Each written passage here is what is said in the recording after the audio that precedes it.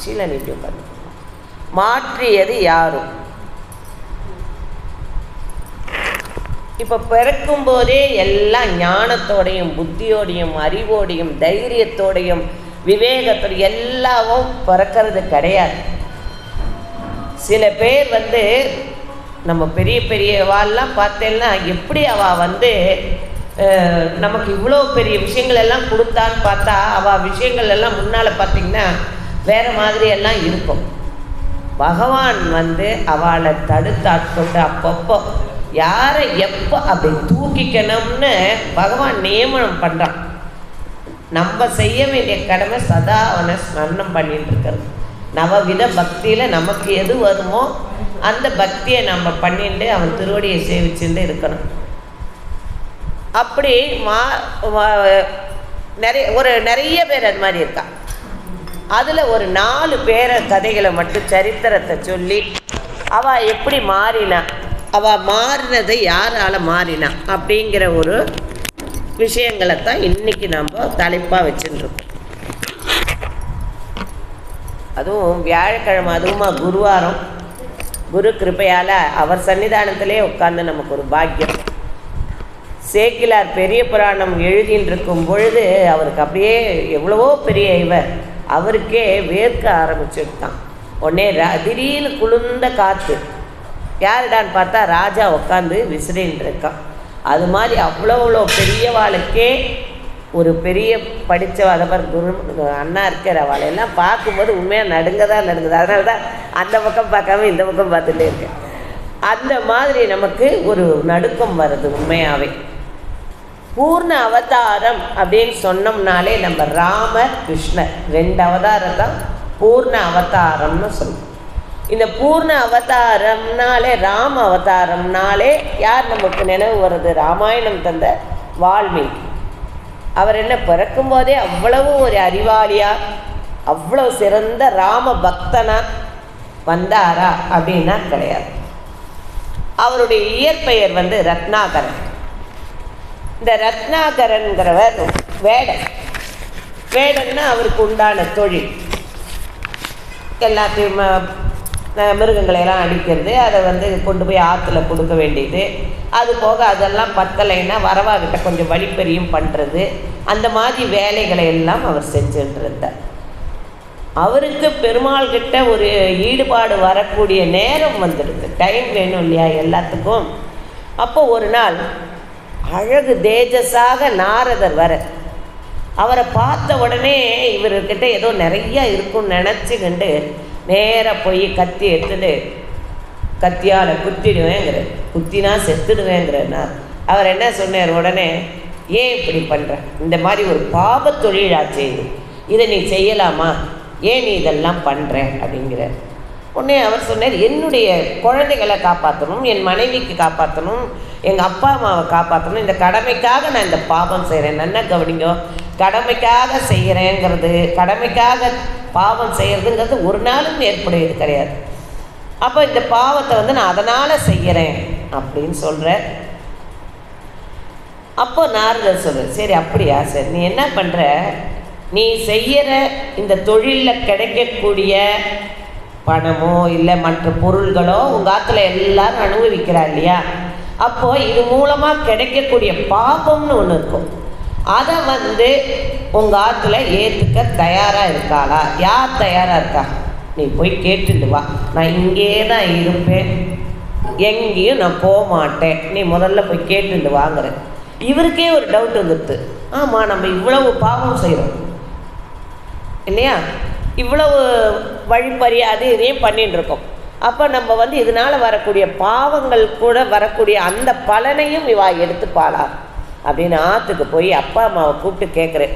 அப்பா, நான் இத்தனை நாள் இந்த மாதிரி பண்ணின்னு இருக்கேனே, இது மூலமாக தானே உங்களுக்கு சாப்பாடெல்லாம் போடுறேன், அப்போ இதனால் வரக்கூடிய அந்த பாவத்தினுடைய பலனில் உங்களுக்கு பங்குண்டா, நீங்கள் ஏற்றுப்பேலா அப்படின்னு கேட்குறேன்.